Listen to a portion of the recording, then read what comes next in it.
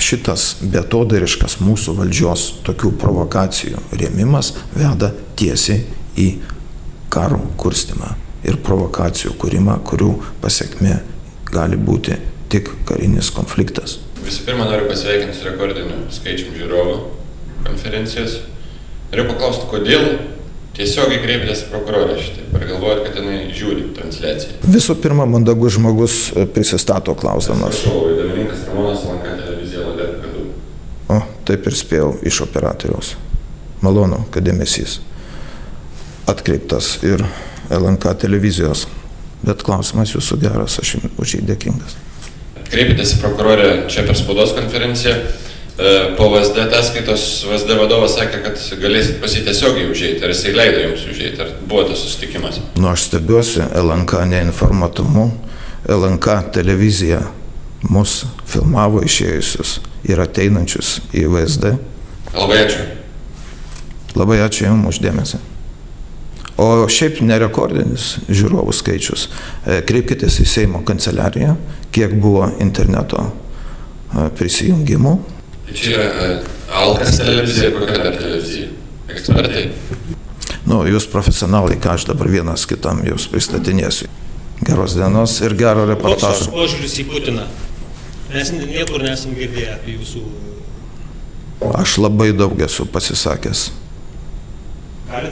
Aš galiu jums dar ir pasakyti ir daug ką. Aš labai norėčiau, kad Vladimiras Putinas, jeigu dabar yra paskelbta, kad pasirašė dekretą dėl saugumo archyvų išslaptinimo nuo 30 iki 89 metų, aš norėčiau, kad vienas pirmųjų failų būtų mūsų Lietuvos prezidentė Dalia Grybauskaitė. Nes pagal Rusijos užsienio reikalų ministerijos atsakymą, iki šiol Rusijos valstybės paslaptimi yra Lietuvos prezidentė Dalia Grybauskaitė. Kas Lietuvoje, gerbiamasis, provokuoja Rusiją? Tamsta? Zigmas? Taip, Zigmas tikrai neprovokuoja. Zigmas laukia išskėstom rankom. Taip, laukiu išskėstom rankom taikos. Ir laukiu tiesos iš LNK, iš LRT eterio, ne vienintelės nuomonės, o laukiu normalios diskusijos bent jau. O LNK, jeigu tokia drąsi formuluoti tokius teiginius, prašau, nesislapstykit už kameros. Prašau, pakvieskit į diskusijų laidą su jūsų operatoriumi neprisistačiusiu. Ir mandagumas, Virgis jis ir pavardę gal turi. Turi, Mrazauskas, Virgis Mrazauskas. Virgis Mrazauskas, malonu, būsim pažįstami. Tai aš bent skirtingai nuo jūsų rusicizmų lietuvių kalboje nenaudoju. Mokykitės lietuvių kalbos ir gėdykitės vartoti rusicizmus lietuvių kalboje. Pradžiai išsitraukite bent rankas iš kišenių viešoje vietoje, jeigu jūs kalbate. Yra tokie elementarūs, paprasčiausių mandagumo klausimai. Ir prašau, pakvieskite į laidą. Vatnikus, ne vatnikus, aš čia cituoju jūs, aš nenaudoju šitų rusicizmų, nes aš gerbiu lietuvių kalbą. Vakar pasirodė informacija, kad prezidentė ruošiama apkalta. Ar jūs galite pakomentuoti, ar nieko nežinot? Nebuvo kaip pasitikrinti tiesiogiai su Seimo nariais. Ten berods parašytos ar 65 Seimo narių pavardės. Kazimieras Juraitis klausimą pateikėm. Aš galiu atsakyti. Ne jūsų spaudos konferencija. Ir aš jūsų nenutraukinėjau. Ačiū jums už kantrybę. Stebiuosi LNK profesionalumu. Kabutėse. Kokia signataro renta? Ir esat suskaičiavę per 26 metus, kiek jūs sumoji gavę pinigų iš valstybės? Per 26 metus aš niekada nieko to negavau. Gavau paskutinius metus gal su truputį. O jeigu jūs žinotumėt, kiek man yra užtaisyta bylų, skaičiuojamo ne dešimtimis, iki teisminių tyrimų, nebe prezidentės dalyvavimo, tai jūs puikiai suprastumėt mano darbo krūvį. Bet ar jūs, ponas Vaišvila, turit kokį nors įrodymų, kad čia jums prezidentė tas bylas kažkaip tai įtakoja?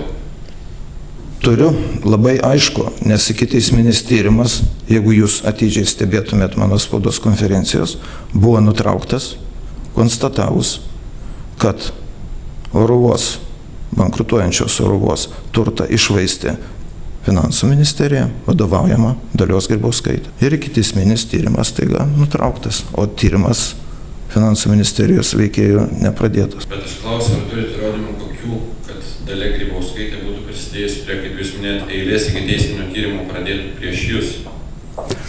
Eilės nėra. Buvo vienas vienintelis. Tai viena. Ir aš apie jį jums pasakiau. Bet tai, kas sakėt, kad turi daug teismų, teismų slenksčius ir panašiai, ir viskas per Taip. Viskas bus paeiliui pateikta. Nenorėkit per vieną spaudos konferenciją. Jūs turite irgi žurnalistinį šarmą. Viskam ateis laikas. Tada, kada ateis laikas. Ačiū Jums. Deja, spaudos konferencijos laikas baigėsi. Ačiū Jums.